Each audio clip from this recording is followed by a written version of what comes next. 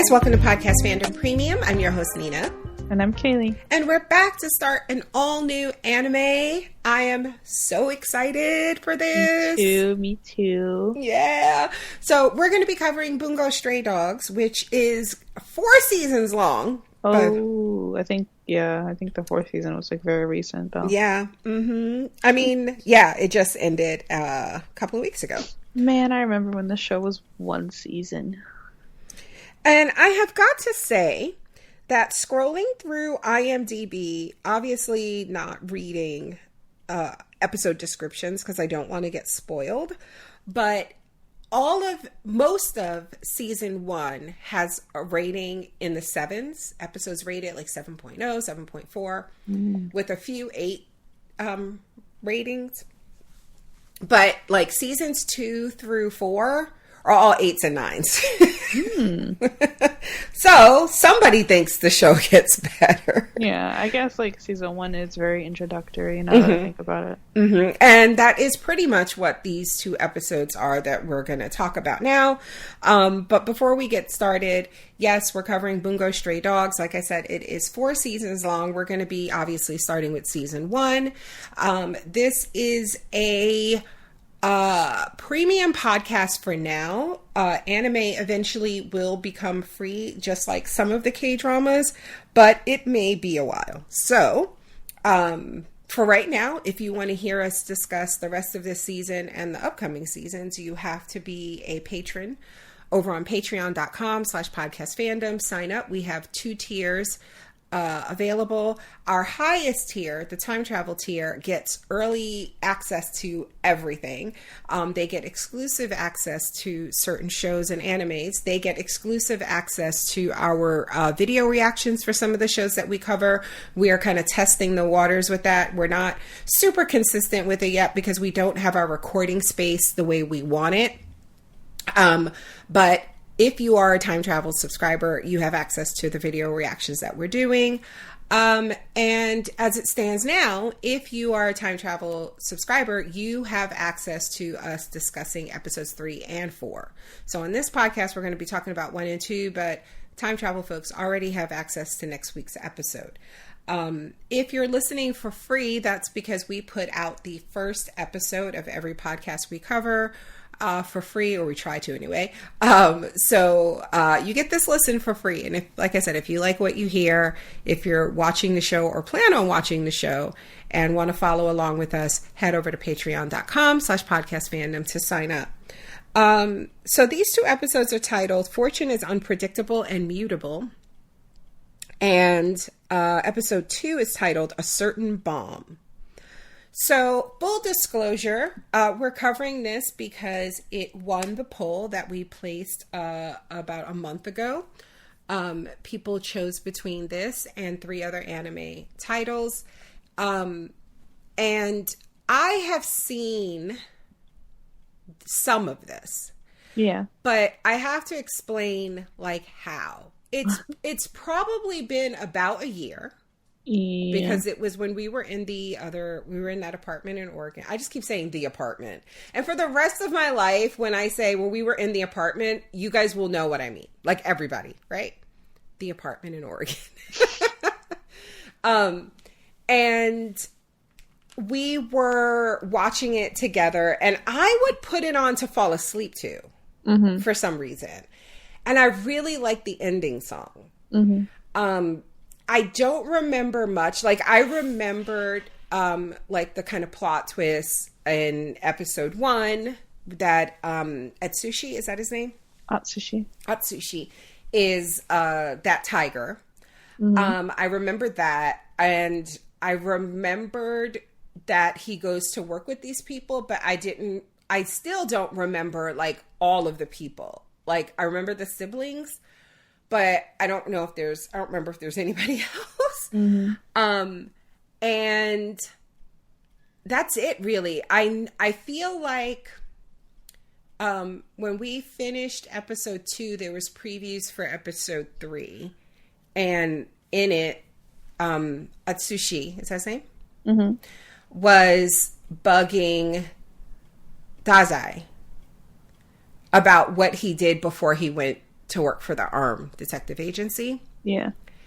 And I remember the answer to that. Oh, really? Yeah, I remember the answer to that, but I don't remember the specifics of like what they're called. But I know the answer to that. And that's all I'll say in case folks are watching like along with us. Like if you only watched episode 1 and 2 and you're listening to this before you go to watch 3 and 4, then I won't spoil it. But just to say that that's not a huge spoiler, just that Atsushi is bugging him about what he does. And you do get the answer to it, I believe, in this season because I remember it. Mm-hmm. But like, for instance, if he was a firefighter, let's just say I kind of remember like what a firefighter does, but I don't remember the word firefighter. Does that make sense? So I know the answer, but the word that it is, I'm drawing a blank. But I know like what it is and just like how it relates to the rest of the story. Yeah. And that's it. That's really all I know about the series in terms of being like spoiled going forward. If you're watching for the first time, I am basically as clueless as somebody who's never watched it.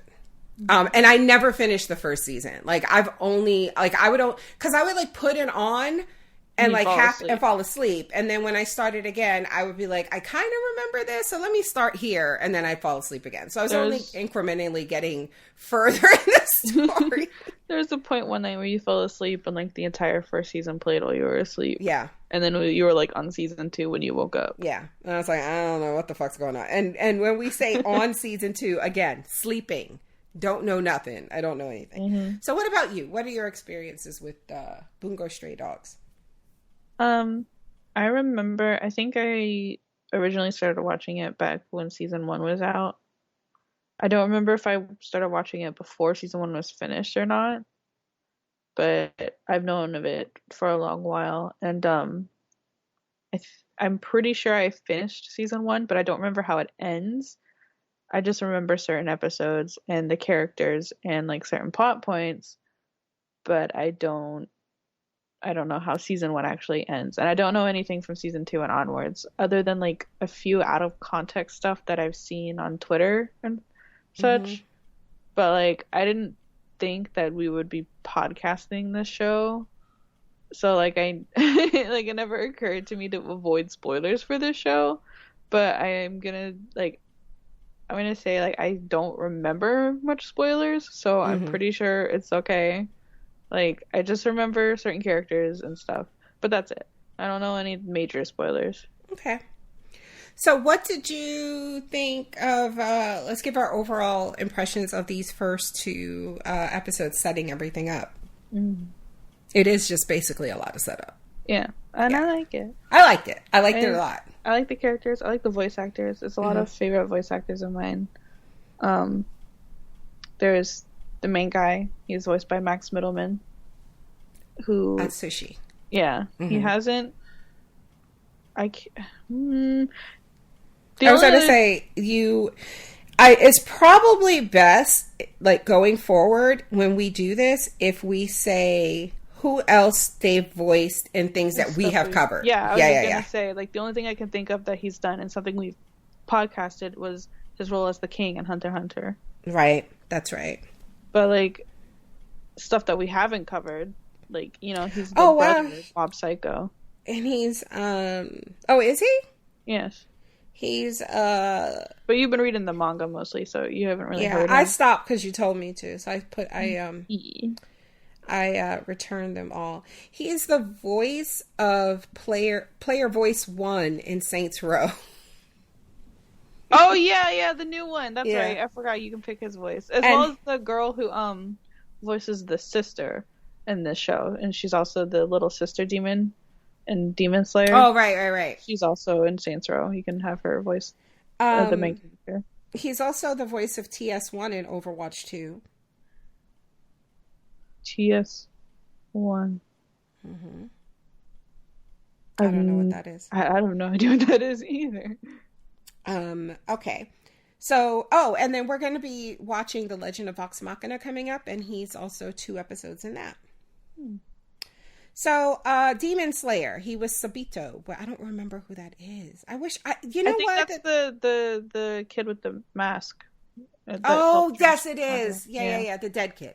Yeah. Yeah. The one who has figurines, and we were like, why? Because he was in that one episode, yeah. We're like, okay. He must have been more popular than we thought. I guess so. Okay, so that is Atsushi's voice, and then we have All Might. Endeavor. Why do I keep saying that? I get confused too. But it's Endeavor's voice actor. Hey, I think this is Aaron's voice actor. The Japanese one. From Attack on Titan? Hiroshi, Kamamiya. That's Levi's voice actor. Oh, Levi. My bad. Yeah. Hiroshi Kamiya. I love him. He's one of my faves. I sound racist. I'm going to stop. Okay.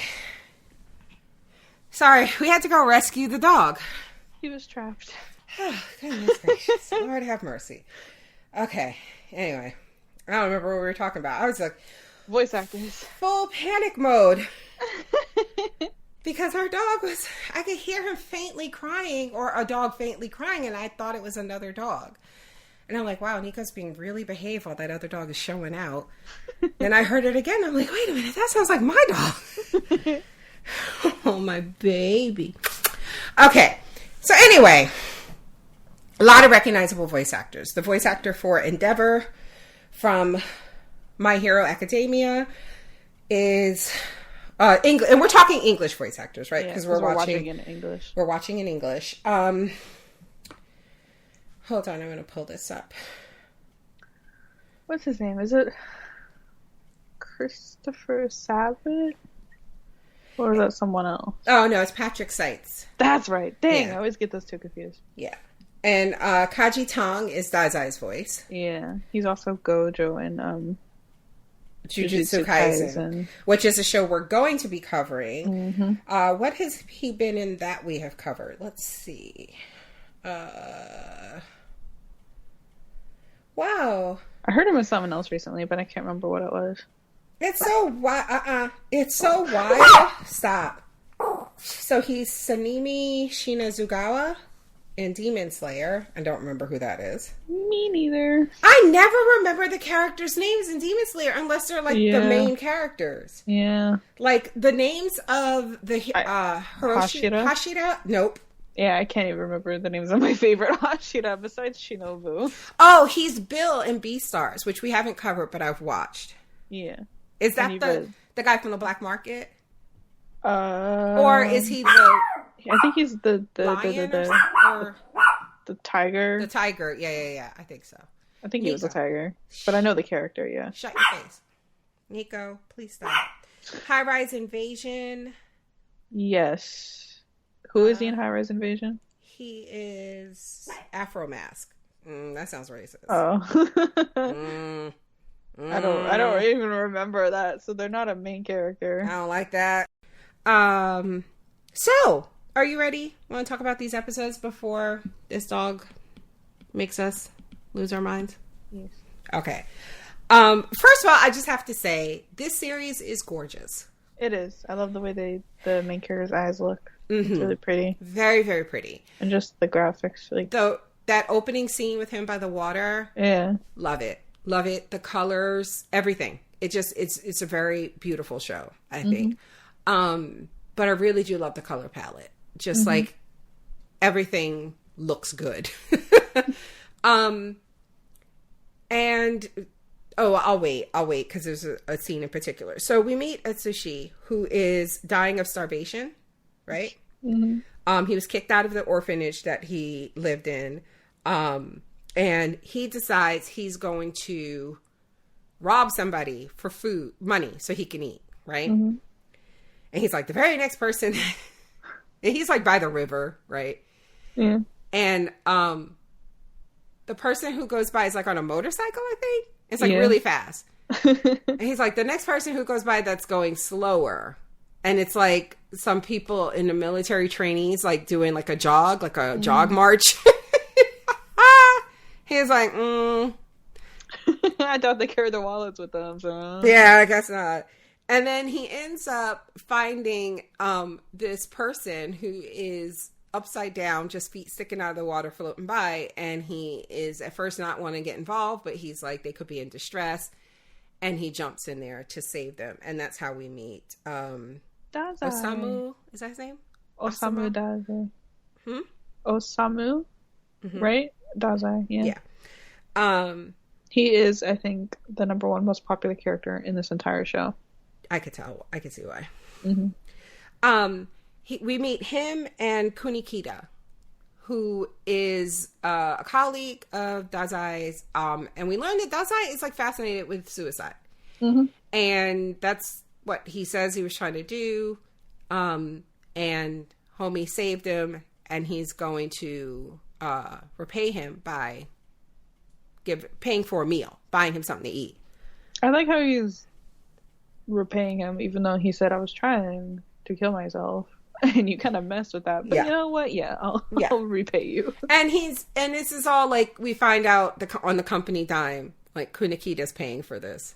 Mm-hmm. So, and this guy, Atsushi just wants, don't tell me, tea on rice.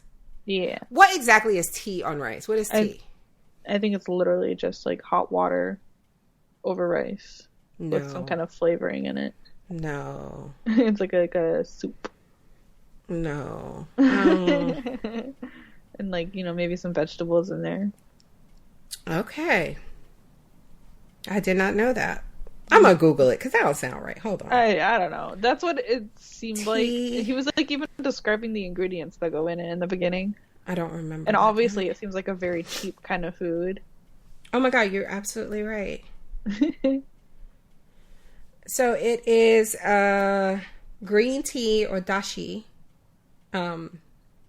steamed rice. Yeah, and they pour it over a bowl of rice that has like other stuff, seasoning and vegetables and stuff on top. Soggy rice. Wow. I mean, these photos, it looks delicious. And it's described as a comfort food. I could see that. Yeah. Let me stop. I would fuck this up. This bowl, I don't know what the fuck is in this bowl, but it looks amazing. Let me save that. Okay, I'll come back to it. Okay. So they're going to treat him to some tea on rice. And when they go to the restaurant, that's where we learned that they worked for the Armed Detective Agency, which there's a lot of kind of mystery, I think, around who they are and what they do. But they like do government contracts, right? Is what Kunikita said. Yeah, like seems like just investigations for the government. And they are seeking this tiger that has been like terrorizing these like close neighborhoods, these different areas, reports of this tiger. And this gets Atsushi's attention because he seems, at first he's like, okay, gotta go. Thanks for the food. They're like, what do you know? And he reveals that there has been, he thinks the tiger is stalking him. Because after he got kicked out, it showed up at the orphanage. After he got kicked out of the orphanage, it has, no matter where he goes, eventually it always appears. Yeah. Right. And he thinks that the people at the orphanage kicked him out because they're blaming, like, because they didn't have enough mouths to feed, right? Not anything to do with the tiger. But because the tiger was messing with the orphanage's crops and stuff. Okay. And so they were running out of food. And they claimed. Okay. So now there's the reveal, which we're going to talk about. But the first time we watched this, I think it might have been me being like, I'm interested, but I also kind of want to do other things. So I'm going to put it on as background noise. Don't give me shit. And so it's kind of like, I think, I'm not sure. I do that with a few things, so I could be wrong. But I feel like the first time we watched this, I don't think I said it out loud, but I did note that his eyes, Atsushi's eyes, look like tiger. Like the coloring in it, it looks like tiger stripes. Really? Yeah. You don't remember that? I remember his eyes. I don't they're just two different colors. They look tigerish to me. The one is orange, and I can't remember what the other colors. It might be like purple, I think. But I do think his pupils look a bit cat-like. Yeah. Now, so I just remember, like, later when the reveal happens, and then after watching it again, being like, yeah, you can kind of see it in his eyes, I think. Mm-hmm. But the one thing, like, where we're rewatching it now for the podcast, and they're showing the flashbacks of the people at the orphanage being like, get the fuck out. Mm-hmm. And no, really, I'm not even kidding. They were basically like, get the fuck out. Yeah. To this Hope kid. you die in a ditch somewhere. That's what they said. Yeah. I was like, so they had to know that he was the tiger. Yeah. That's why they were so, yeah. He's like, they were probably too scared to tell you. Exactly. So Dazai decides that Atsushi can help them. And by acting as bait. Yes. And he's like, we'll be at this warehouse at this certain time in the evening. And so that's where they are when Dazai's reading a book on suicide. And he's like, I've read it before or something. And he's like, why are you reading it again? And he's like, a good book is a good book. And this is where we get the reveal that it's him. Like, Dazai starts explaining what he had already figured out, which is that Atsushi is the tiger. And he's like, as Atsushi is transforming, Dazai is explaining that the Armed Detective Agency are made up of people with special abilities, handling cases and things that have people with special abilities. Right? Yeah. This scene was so fucking cool because the music, yeah, the music was really nice. The music in this scene in particular is so fucking good because it's just good. It's just so good as he like transforms into this tiger and Dazai is explaining everything. And he's just cool as shit. Mm-hmm. He's not worried. He's not concerned. He still has his book out. Yeah, and we don't know that he has powers, right? Because he's still explaining everything. We're seeing this thing happen, and we're like, holy shit, how is he so calm? And then he reveals that his power is called No Longer Human, which when we watched this yesterday, I was like, yeah, I remember thinking this name made no sense. Because I didn't understand what they got. Because he can... with a single touch, he can deactivate someone's power, right? Yes. Yeah. And so just a little boop on the forehead makes Atsushi turn back to himself, but he passes out. And then the squad arrives. The rest of the Armed Detective Agency. We have Yosaro Akiko? Akiko, yeah. Whose power is called Thou Shall Not Die. So they gave us the names of the powers, but we don't know what they do yet. Yeah, right? I know what they do, but yeah. Yeah, well. The audience, you're not. The audience is not supposed to know yet. Itogawa I didn't finish writing the name. Is it Rampo? Yes. Okay. I just have Ramp. Ultra Deactivation? Ultra Deduction. Deduction. Oh my god, I can't read my own handwriting. Miyazawa Kenji. Be not defeated by the rain. I don't know who that is. I know who it is. And I don't... Wait, so Akiko is the woman. Yes. Itogawa Rampo is a young guy. Yes. Miyazawa Kenji. Well, I don't remember what they look like. What do they look like? He's also a young kid. Kind of, he has blonde hair. He had like a straw hat. Kneeling next to Atsushi. Okay, yes. Okay. Be not defeated by the rain. And I know what his power is, but I'm gonna say I don't know what the name has to do with it. So. Okay. And of course Kunikita is there and demanding to know what the fuck, and the fact that Dazai knew this all along, that this kid, or at least heavily suspected, was the tiger. And he's like, he's going to join us. Mm-hmm. And then we get the name of Atsushi's power, and it's called Beast Beneath the Moonlight. Yeah. Right. And he wakes up, and he's like, what happened? And he's like, you don't remember anything when you transformed? And he's like, transform? What are you talking about? He goes, oh, look at your right hand. And his right hand is still a tiger paw. And he freaks out. So the second episode, I don't have any notes for because I think it's very, like I said, this is all set up. It's super straightforward. Yeah. The entire episode takes place in 2 different locations. Right.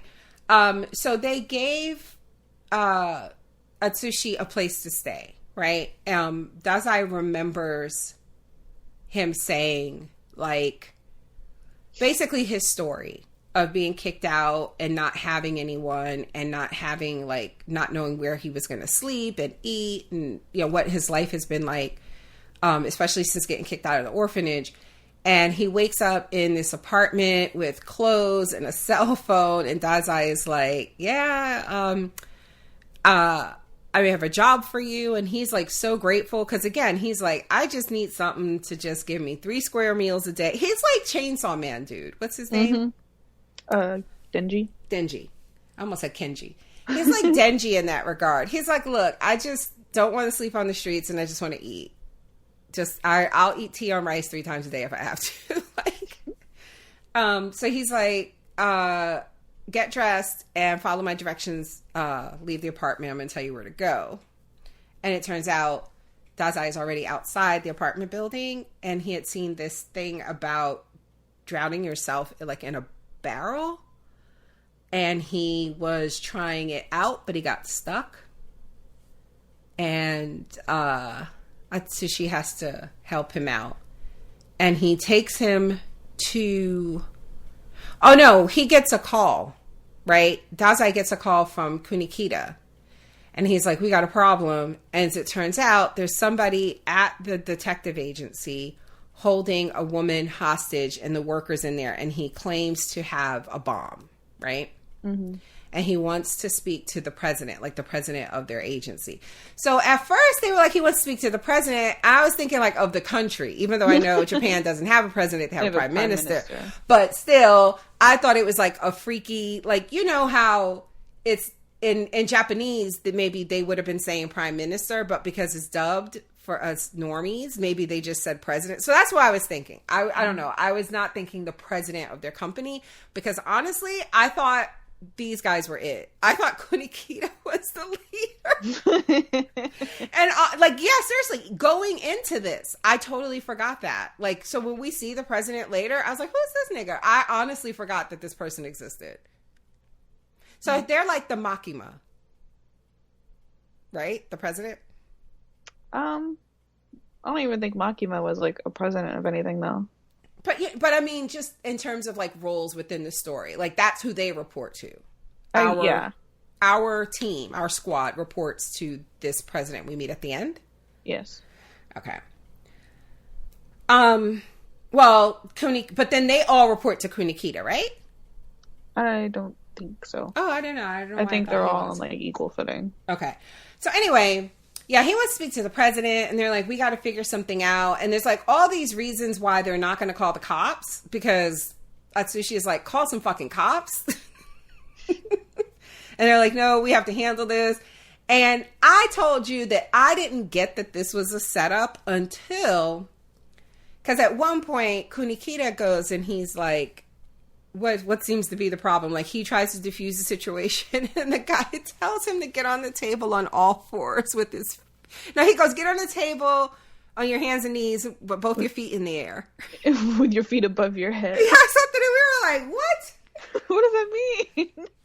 And so he ends up getting on the table, and now it's just down to Atsushi and Dazai, who are, like, hiding behind some potted plants to, like, you know, save the situation. And Dazai is like, so if we do this, and we can't call the cops, and this, like all these like options that lead them to being fucked. And he just looks at Atsushi and he goes, so what do you think we should do? And I was like, why are you asking? He's been crying and begging to leave since y'all got here. And then it hit me. I was like, oh, that's right. This is a test. This is where... I wonder, like, for people who watched it, like, the first time, I don't know when I don't think I got it at all. But I'm assuming that if you weren't getting it, you get it at that moment. Because even the way he turns and looks at him. And he ends up earlier in the discussion, they had the explosive, the fake explosive that the guy had. They were saying something like the best they could hope to do would be to cover it to lessen the blast radius or whatever. And in the end, that's what he does. Like, he puts his body over it, Atsushi, even though he's like, oh, I guess I had a good run. Like, I guess this is where it ends for me. At least I got some tea on rice. Okay, so we're back. I had to take another break because I had to go to the bathroom. But I don't remember what we were talking about. What were we talking about? It's been a while. I think I was just saying, Nico, stop. Everything about this I hate. I'm really ready to just like be done with this. I'm so tired. Nico, stop. Nico.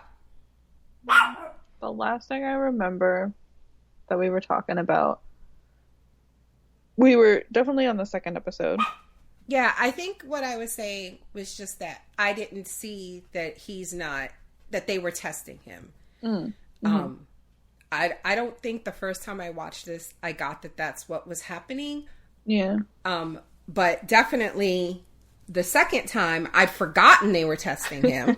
So I didn't know that was happening because I forgot, but I remembered or picked up on it when he asked him what they should do. Yeah. And I was curious if people who hadn't seen it before for the first time, like maybe somebody listening, when did you get that it was all a test? I'm just curious. Because I don't remember. I don't remember, because it's been so long since like the first time I saw this, so I don't remember my first impressions. But I do remember vaguely thinking that both Dazai and Kunikita were like strangely casual about this whole situation.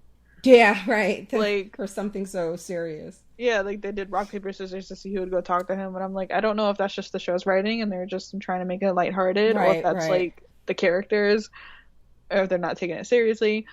Just show like how often they go through stuff like this. But also, I do remember rewatching this. I was thinking it started with Kunikita approaching Dazai and Atsushi, and he was like, "Oh, there's a bomb threat at headquarters." Mm-hmm. But like that wasn't what he led the conversation. That's with. right. He started with something else, and then he was like, "Oh yeah, I forgot. That's why I came here." And I'm like, "What? Right. That sounds very urgent." Yeah, like he has hostages and everything. That's right. I wouldn't be dilly dallying.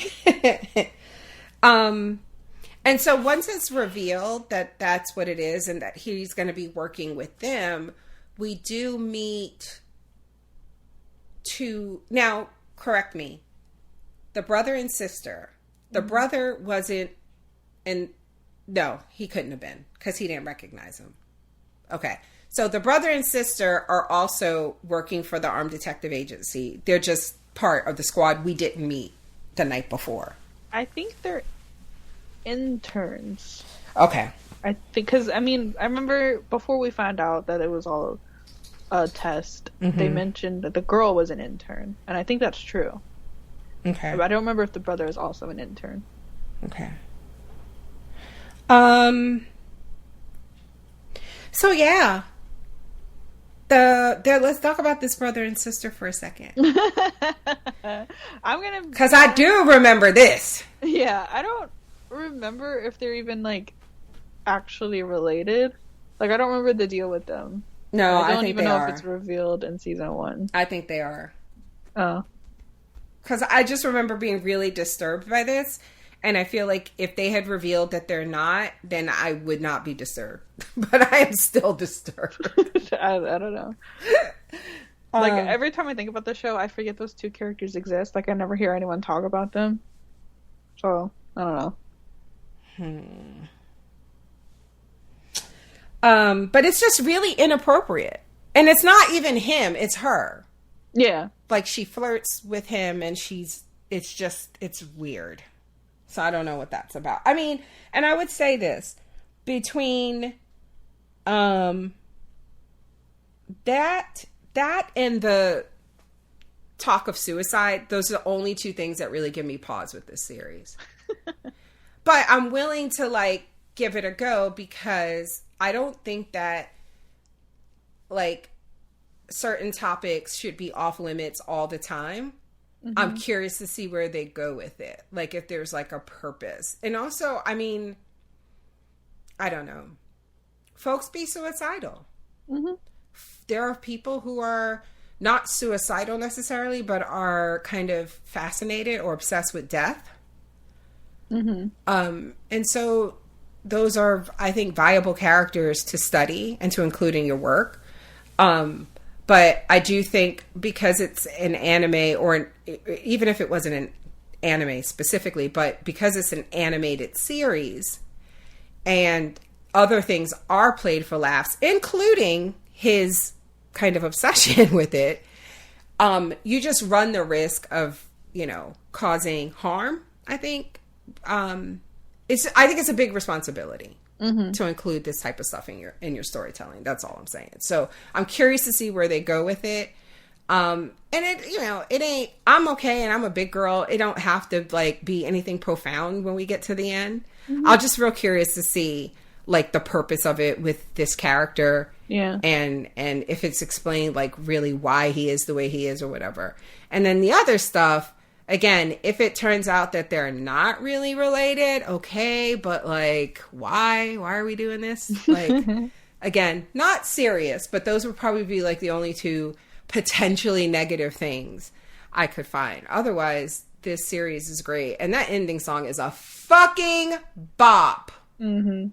But beyond that, one other thing we didn't talk about was the president. Oh wait, one thing I want to talk about. I saw it in these episodes, and then I think I remember this. All of these characters have parts of either their clothing or their hair that look like tails, right? Isn't that a thing in this show? I don't think it's all of them. Okay. But because Kunikita's hair, the little rat tail. Yeah. So they, you know, they're I don't know why they're called Bungo Stray Dogs. I don't know why the show is called that. I don't know either. Really? You never find out? Not in the first season, at least. There's 4 seasons of the show. I feel like why it's called what it's called is something you should kind of address in the first season. I wonder if it's like a reference to something, because I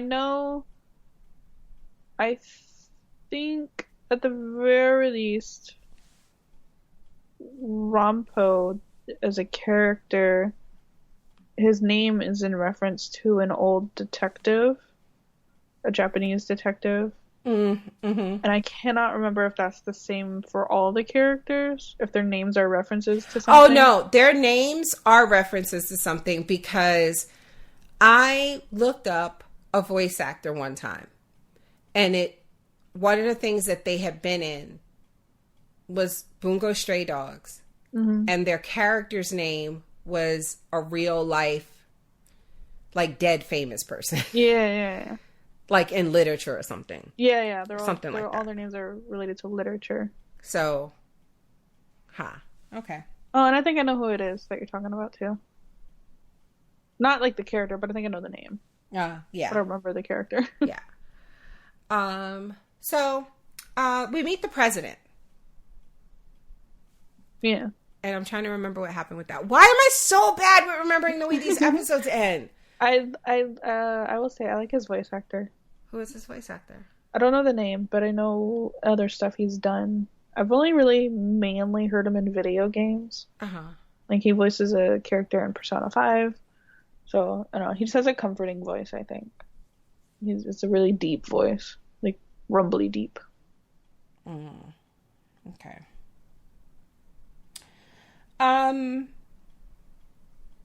Wait, what was it with the, I'm trying to think, what was it with the, well, he meeting the up. president? Oh! President, he showed up. He showed up, like, but then, no, that's not what I was thinking. There was something else that happens. Go ahead. Yeah. Well, yeah, he shows up and then they're like, so, President, can he join? Because, you know. Right. That's right.